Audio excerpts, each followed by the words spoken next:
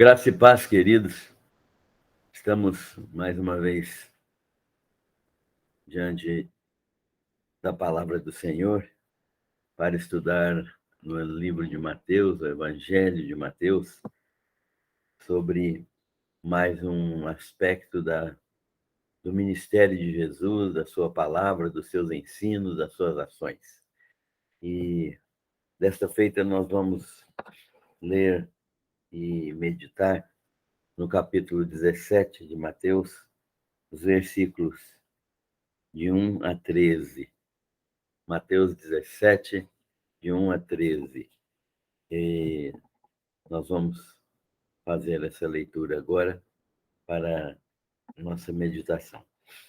Mateus 17, de 1 a 13, diz o seguinte: 6 dias depois, tomou Jesus consigo a Pedro e aos irmãos Tiago e João e os levou, em particular, a um alto monte. E foi transfigurado diante deles. Seu rosto resplandecia como o sol, e as suas vestes tornaram-se brancas como a lua, como a luz. E eis que lhe apareceram Moisés e Elias falando com ele. Então disse Pedro a Jesus: Senhor, bom é estarmos aqui, e se queres, farei aqui 3 tendas. Uma será tua, outra para Moisés e outra para Elias. Falava ele ainda, quando uma nuvem luminosa os envolveu. E eis, vindo da nuvem, uma voz que dizia: Este é o meu filho amado, em quem me comprazo.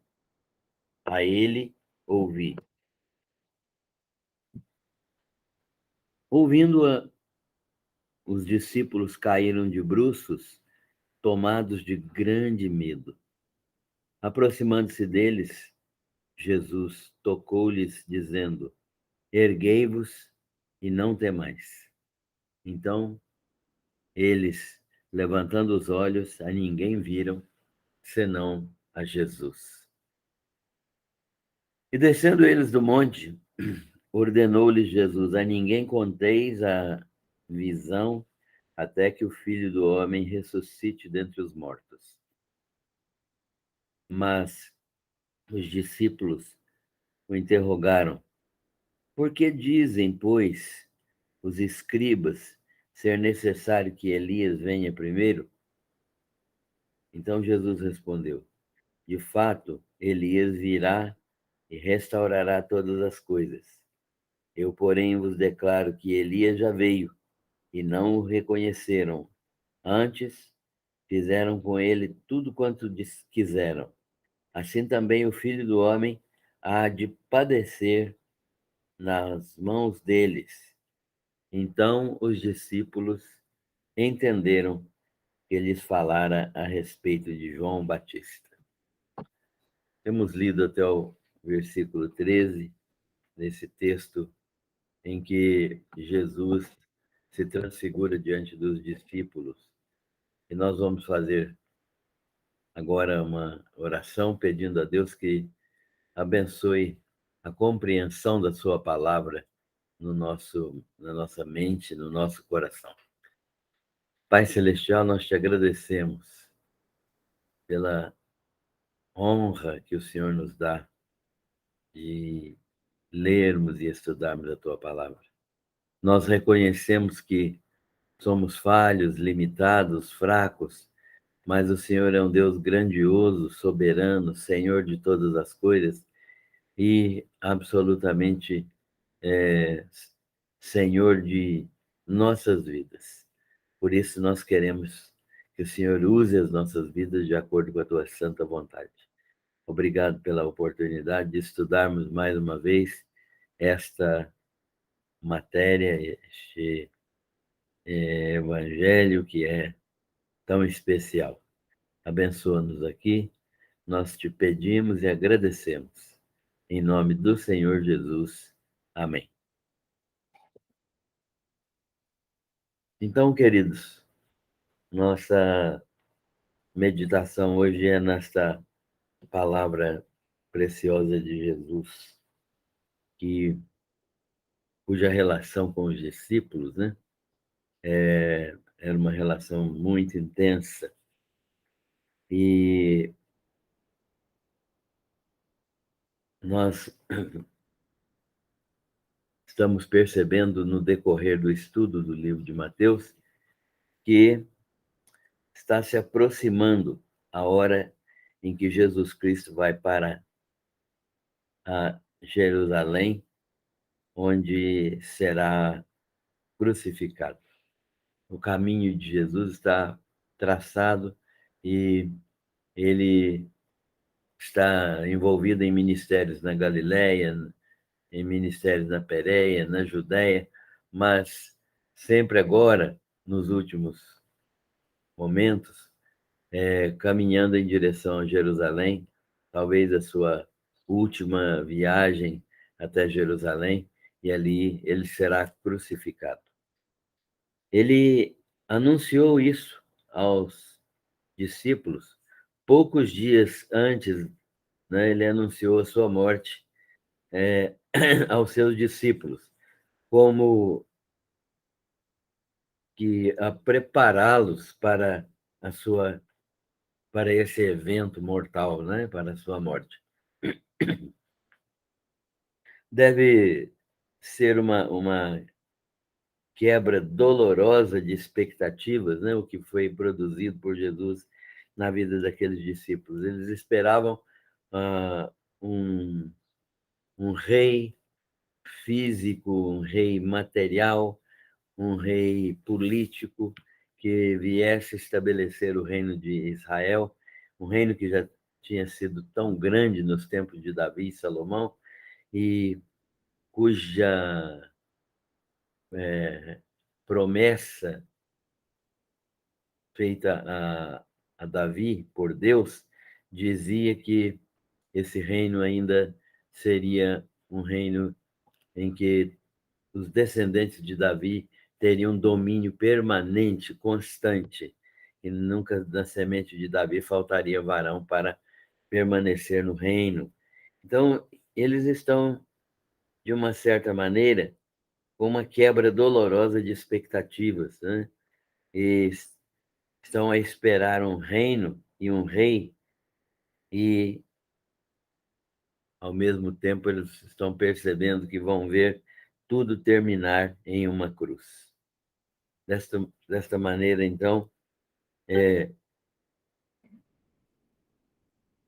Jesus está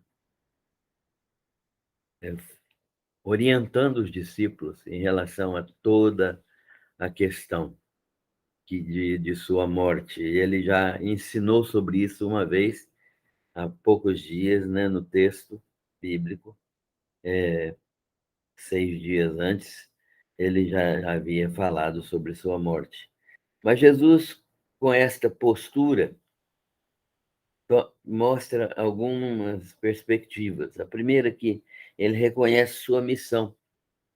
Com esta postura, então, Jesus demonstra que ele tem pleno conhecimento de sua missão, que ele sabe que a sua missão exige renúncia e que seus discípulos só poderão segui-lo com a mesma visão, com a mesma disposição, porque eles também têm que assumir a sua cruz.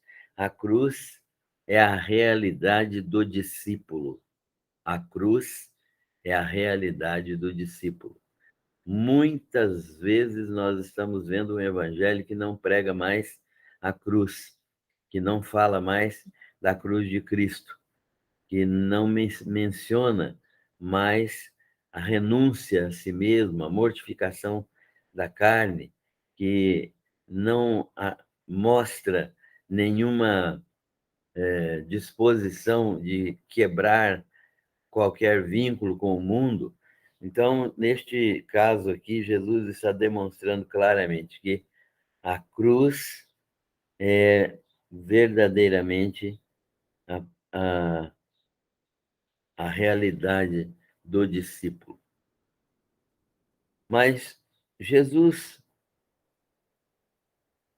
demonstrando que assumiu o seu papel, ele também demonstra aos discípulos que quem toma a sua cruz e segue a Jesus Cristo faz isto é, aquela pessoa que faz a sua vontade, a vontade de Jesus, a esta pessoa está reservada uma, uma retribuição conforme as suas obras, ou seja, aquilo que nós chamamos de galardão, né?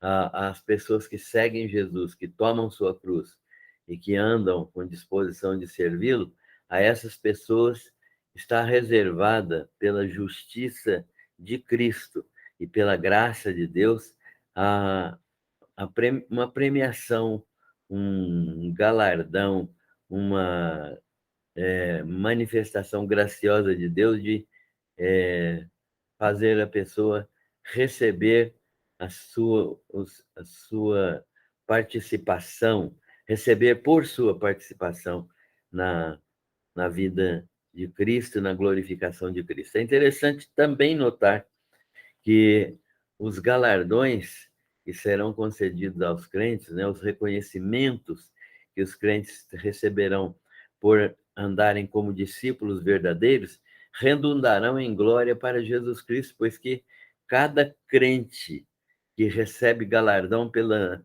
motivação correta de agir em nome do Senhor e agir para a glória do Senhor, cada crente que opera desta maneira, ele o faz reconhecendo que toda a glória de toda a obra que ele pratica pertence, na verdade, ao Senhor Jesus Cristo. Portanto, os galardões que cada crente receber redundarão finalmente em glória para Jesus Cristo, o que deve ser uma motivação a mais para nós fazermos as coisas de modo agradável a Deus e retribuirmos recebendo galardão e dedicando a deixá-los aos pés de Cristo como manifestação do nosso louvor e da nossa adoração. Portanto, Jesus está demonstrando que sua missão exige renúncia e que os seus discípulos também precisam aprender a renunciar. Ao discípulo que toma sua cruz, ele receberá uma retribuição misericordiosa e graciosa, né? Não por merecimento, conforme a sua obra, e esse galardão será utilizado pelo próprio crente para demonstrar sua gratidão e adoração ao verdadeiro Senhor de todas as coisas, que é Jesus. Nós encontramos no livro de Apocalipse os anciãos colocando suas coroas, né, que muitas vezes têm sido entendidas como salvação, mas que não são indicativas de salvação, e sim de galardoamento. E isso é lançado aos pés do Cordeiro como forma de manifestação de louvor e adoração. As... Há alguns que estão ali presentes, Jesus disse, né? Alguns dos que estão aqui presentes serão, a essas pessoas será concedida a graça de não passar pela morte antes de ver o Filho do Homem no seu reino. O que é que Jesus quis ensinar com isso, né? Estavam ali os 12, mas praticamente todos morreram. Então, nós entendemos que o que Jesus estava ensinando é que os três, Pedro, Tiago e João, que ele escolheu como pessoas do seu círculo mais íntimo, do seu relacionamento mais direto, mais permanente, essas pessoas iriam é, participar da visão celestial que mais tarde, 5, 6 dias mais tarde, ela ocorreria no Monte da Transfiguração. Estas coisas Jesus deixou claras para os seus discípulos, né? E como nós sabemos, Jesus subiu ao Monte da Transfiguração agora com seus discípulos, E, segundo o texto, 6 dias depois, né? Jesus vai cumprir a sua palavra. Ele vai cumprir a sua palavra e toma seus 3 discípulos, que nós já citamos, do círculo mais íntimo do seu relacionamento, da, do seu círculo mais interior, discípulos que acompanhavam Jesus em todo o tempo e que desempenhariam um papel muito importante depois na obra da evangelização depois da morte de Jesus, né? Pedro, Tiago, João. É claro que esse Tiago aqui é o irmão de João que veio a ser morto, assassinado por Herodes, e não o Tiago, irmão de Jesus, que se tornou uma das colunas da igreja de Jerusalém. Mas, de qualquer modo, ele fazia parte do círculo mais íntimo do relacionamento com Cristo. E, e eles desempenhariam, de qualquer modo, um grande papel no relacionamento, sendo Tiago o primeiro mártir, né? O primeiro, na verdade, não foi Estevão o primeiro mártir, mas Tiago veio a se tornar também um mártir pela morte produzida por Herodes. E o, o, o que nós estamos entendendo aqui é que Jesus está mencionando esses 3 e levando-os consigo para a, o Monte da Transfiguração.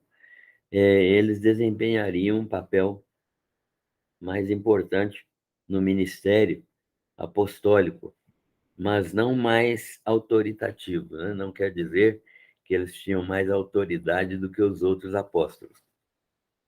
Eles tinham a mesma autoridade, né, que Jesus concedeu aos 12.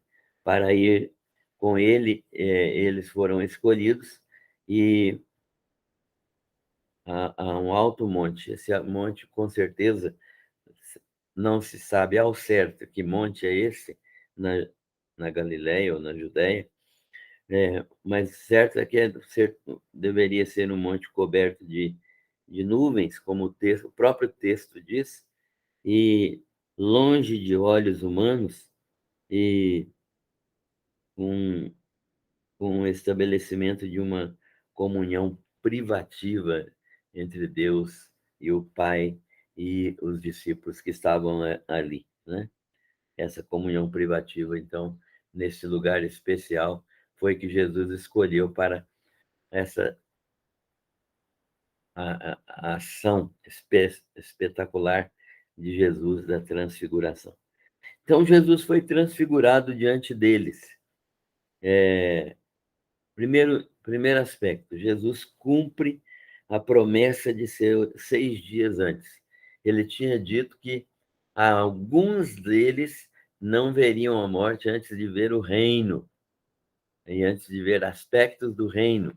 E Jesus está cumprindo esse dito seu neste momento, cumprindo a promessa de 6 dias antes de transfigurar-se, de mostrar aspectos da sua glorificação, do seu estado glorificado, não é? Jesus está mostrando essa sua glória. Também, em segundo lugar, ele transfigurado muda de aparência para uma aparência gloriosa que os discípulos jamais esqueceram. Pedro menciona isso até o fim da sua vida, quando ele fala da transfiguração no monte, nas suas cartas, né? Nunca mais ele esqueceu esta gloriosa visão, essa majestosa visão que demonstrou a glória que Cristo podia demonstrar a eles naquele momento, né? Não quer dizer que Cristo manifestou toda a sua glória ali, mesmo porque eles não podiam resistir. Eles não podiam resistir. E o resto do, do tempo eles ficaram de cabeça baixa, né? De olhos e virados para o chão, mas Jesus demonstrou que o seu rosto resplandecia como o sol. E a gente pode, inclusive, lembrar, né, que do hino, se no cego sol ardente, quando vissem seu fulgor, quem contemplará aquele que do sol é criador? Jesus é o criador do sol. Mas aqui, neste episódio, seu rosto resplandecente como o sol ainda não é a totalidade da sua glória. Jesus tem uma glória superior à do próprio sol, já que ele é criador de todas as coisas, inclusive dos sóis, dos muitos sóis que existem nos muitos sistemas solares deste universo. E o rosto resplandecente como o sol, e as suas vestes translúcidas, brancas como a luz, as suas vestes adquiriram uma um tipo de coloração e um tipo de estrutura especial, espetacular, que era extremamente brilhante, conforme o texto nos leva a pensar. Essa transformação impressionante para os apóstolos não é toda a glória de Cristo, como nós já dissemos, descrita em Apocalipse.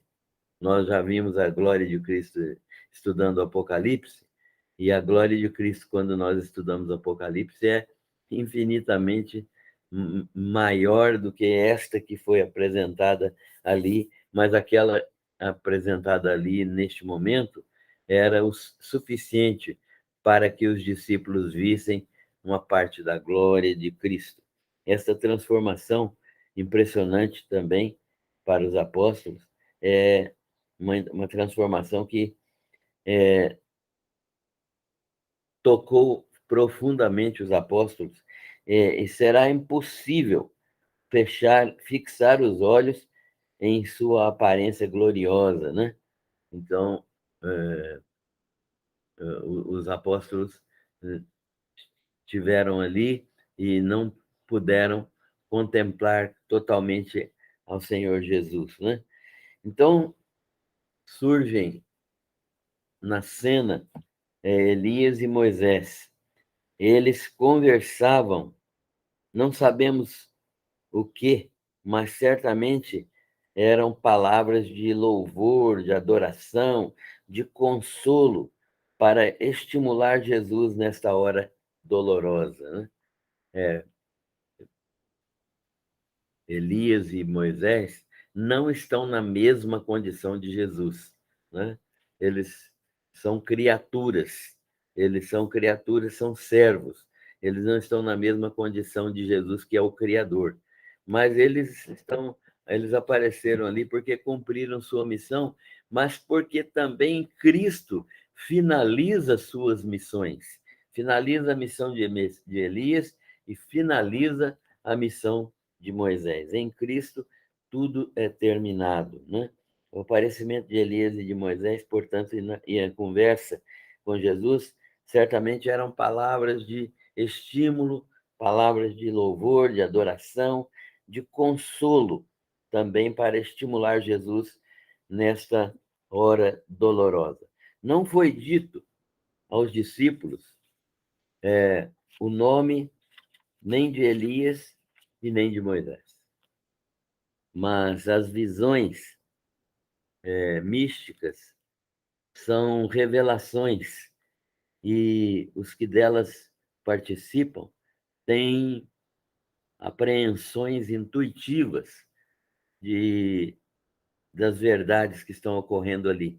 Eles apreendem intuitivamente, de modo que os apóstolos sabiam que se defrontavam com Moisés, Elias e o Senhor Jesus. Eles sabiam disso intuitivamente, pelo aspecto revelatório da própria visão, né? Essas visões místicas têm uma capacidade intrínseca de revelação. Então, os apóstolos sabiam claramente que eles estavam ali com Jesus, com Moisés e com Elias. Mas surgiu uma voz, a voz vinda da nuvem, e Pedro, que estava ali junto com Jesus, achou que era uma boa oportunidade de preservar aquele momento, aquele encontro feliz, e fazer 3 cabanas. Então, enquanto ele pensava nisso e dizia para Jesus que ele poderia fazer 3 cabanas ali, 3 tendas, uma para cada um dos 3, de Moisés, Elias e Jesus, uma voz vinda da nuvem chamou-os à realidade, fez Pedro ficar calado, né? A voz dizia: Este é o meu filho amado, em quem me comprazo, em quem tenho todo o meu prazer. A ele, e não a Pedro, ouvi, né? Então,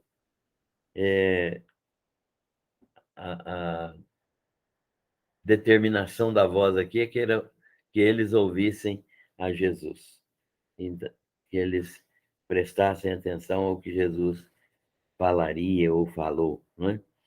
Uma voz que veio da nuvem, chamando-os à realidade e demonstrando que cessou o ministério mosaico, né? O ministério sacerdotal, porque Cristo é o sumo sacerdote, cessou o ministério profético, tudo se cumpriu em João Batista, o ministério de Elias era profético e tudo terminou em João Batista, e está vigindo no momento agora, nesse momento glorioso, apenas o ministério do Filho. Ele, ele é o rei de todos, é o ministério do Filho. Ele, então, é o profeta, o sacerdote e o rei. Ele é Jesus, o Filho de Deus, em quem Deus se compraz. A reação dos discípulos não foi uma reação cultica de adoração, né? A reação deles foi um estado de consciência tão intenso da presença de Deus que eles acharam que ia morrer. Então, eles viraram de bruços, com medo, com pavor. A santidade de Deus é, é, é tal que emana dela um temor impressionante, um temor indescritível, de modo que Pedro, Tiago e João temeram por suas vidas, né? Eles ficaram com medo daquilo que poderia acontecer com eles, tamanha energia, tamanho o valor espiritual que emana da santidade de Deus. Então, eles ficaram com medo e se viraram de bruços, sem coragem para olhar para qualquer lado, né? Quem, quem tocasse, por exemplo, o Monte Sinai, morreria. Eles tinham isso em mente, porque eles conheciam a lei. O Sinai era um lugar da manifestação de Deus, um monte, e o morro era santificado pela presença de Deus. Nenhum animal, nenhum ser humano podia tocar o monte. Então, esta ideia estava na mente dos discípulos quando eles ouviram a voz e perceberam o clima de santidade que assolou aquele monte. Jesus lhes infunde coragem. Jesus lhes toca, né? E diz para eles que eles não tivessem medo, né? Levantem-se e não tenham medo. Levantem-se agora. E eles se levantaram. E ao se levantarem, mais ninguém eles viram, senão somente a Jesus. Então, deste modo, nós estamos analisando o texto e vendo que verdadeiramente Jesus cumpriu a sua promessa de mostrar a, o seu, a sua glória, de mostrar a sua majestade a alguns daqueles discípulos que não morreriam antes de ver a sua glória. Os outros discípulos não viram senão depois da ressurreição, né? Senão depois da ressurreição. Porque se Jesus lhes determinou que eles não contassem a ninguém aquela visão? Primeiro, porque a maioria dos discípulos não estava preparada para receber aquela notícia. A maioria dos discípulos ainda esperava um reino material. Segundo, havia a possibilidade de se levantar disputas entre os discípulos, né? Por que Pedro, Tiago e João? Por que não eu? Por que não fulano? Então, havia a possibilidade de se levantar disputas entre eles. Terceiro, havia o desvio da compreensão da verdadeira missão de Cristo. Poderia se pensar que a missão de Cristo era ser rei, e ele realmente é rei, mas não naquele momento. Naquele momento ele era o Salvador que ia para a cruz, e poderia haver, então, um desvio de sua missão. Quando eles descem do morro, há uma interessante questão de João Batista, a questão de João Batista. Possivelmente a visão de Elias no monte puxou o assunto de João Batista, porque eles esperavam pelos registros proféticos que o reino fosse inaugurado, mas com a presença de um profeta. O texto bíblico fala que Elias viria, né? E então, quando eles estão vendo Jesus apresentado como Rei glorioso, eles perguntam sobre quem era João Batista, porque então os escribas diziam que era necessário que Elias viesse primeiro. Quem é Elias e quem é João Batista, né? Essa é a pergunta. E porque os escribas não criam em João Batista.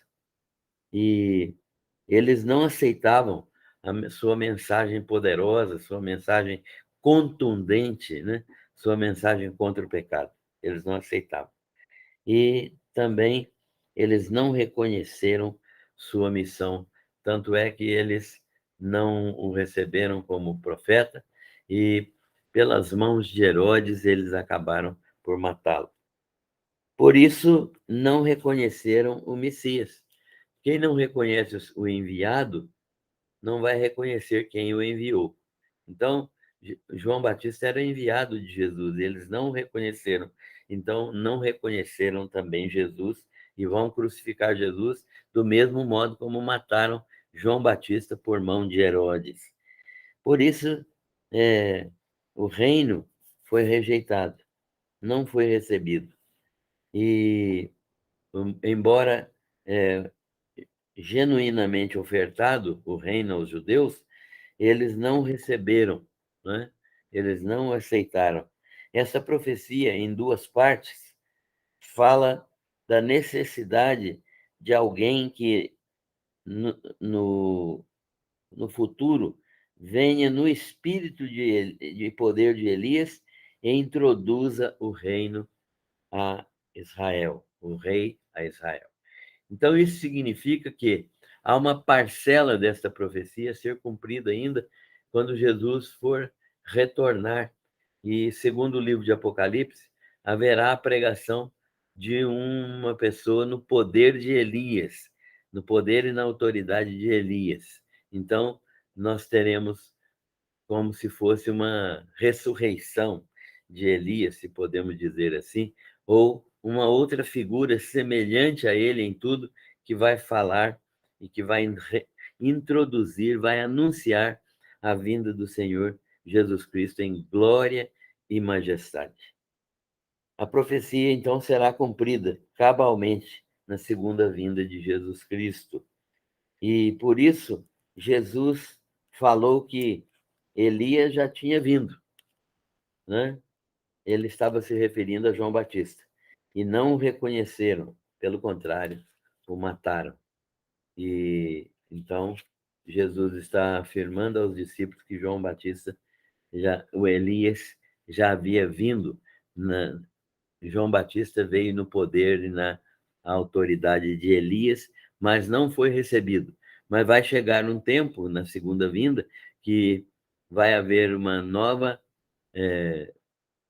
manifestação de alguém no poder e na autoridade de Elias, para que reintroduza o rei de Israel glorioso, majestoso, que é o Senhor Jesus.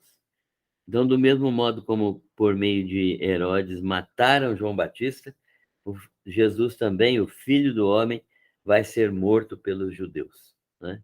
Essa é a segunda menção da morte de Jesus em Jerusalém. O que podemos aprender deste texto? Primeiro, Jesus Cristo é o Filho do Deus vivo. O testemunho é do próprio Pai. É o próprio Deus quem dá testemunho de Jesus. Ele diz: Este é meu filho amado, em quem me comprazo.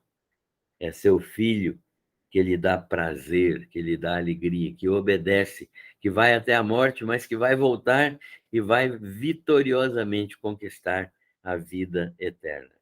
Já conquistou na ressurreição e vai trazer essa vida eterna para dar a todos os seus, todos aqueles que foram comprados com seu sangue. E a estas pessoas, o seu filho, e esta pessoa que é o Filho de Deus, que é Jesus, lhe dá prazer a Deus. Por quê? Porque o obedece de todo o coração.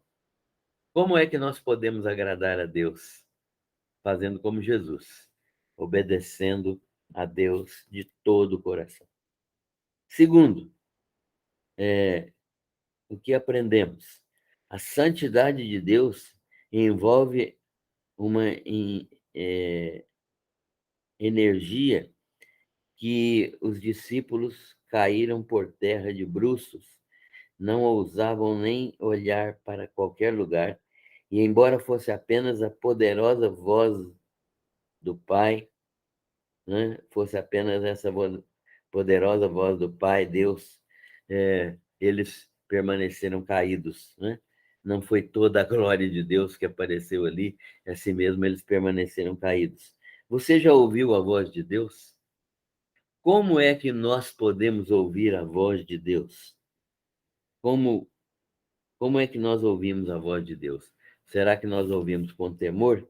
E a voz de Deus hoje é a pregação da palavra. Irmãos, qual é o valor que nós damos à pregação da palavra? Nós queremos ouvir a voz de Deus de várias maneiras, inclusive ouvindo a nossa própria voz, na nossa própria mente, nos nossos próprios pensamentos, e dizendo que Deus me falou, Deus me revelou, o Espírito Santo me disse. Nada disso é verdadeiro, nada disso. O único meio que tem de receber a palavra de Deus hoje é lendo, estudando e ouvindo a pregação genuína da palavra de Deus. A voz de Deus hoje é a pregação da sua palavra. Terceiro, a companhia de Moisés e Elias ajudaram e consolaram ao Senhor Jesus nesta hora de angústia que se aproximava. Como podemos nós receber o consolo de Deus? Como é que Deus nos consola hoje? Mais uma vez, pela palavra e pela presença do Espírito Santo. A presença do Espírito Santo faz o quê? Nos dá arrepios, nos enche de visões? Não. A presença do Espírito Santo nos faz lembrar a palavra. É para isso que o Espírito Santo foi dado. Ele vos fará lembrar de todas as coisas. Então, a presença do Espírito Santo é para nos lembrar a palavra, para fazer a palavra ficar fresca na nossa mente e no nosso coração. Quarto, João Batista cumpriu, né? João Batista cumpriu seu ministério de apontar para o Messias. O ministério de João Batista era apontar o Messias. Nosso ministério hoje é anunciar Jesus Cristo como Salvador, aquele que já veio, e também pregar com fidelidade sobre sua segunda vinda gloriosa. Nós temos nos esquecido da segunda vinda de Cristo, né? E para instaurar o seu reino e físico, instaurar o reino milenar sobre este mundo e sobre as nações. Então, reinar aqui sobre a casa de Jacó e sobre todo o mundo durante 1000 anos. Depois ainda haverá o juízo final e a instauração de novo céu e nova terra, etc. Você é súdito desse reino de Deus? Isto é, você já pertence, Jesus é o seu rei. Se não é, é tempo de você reconhecer os seus pecados, renunciar a si mesmo e entregar-se ao Senhor Jesus como Rei e Salvador absoluto. Que Deus, misericordiosamente, abençoe a nossa vida para continuarmos compreendendo a Sua palavra e reconhecendo a Sua majestade como único Deus verdadeiro. Deus abençoe a todos. Amém.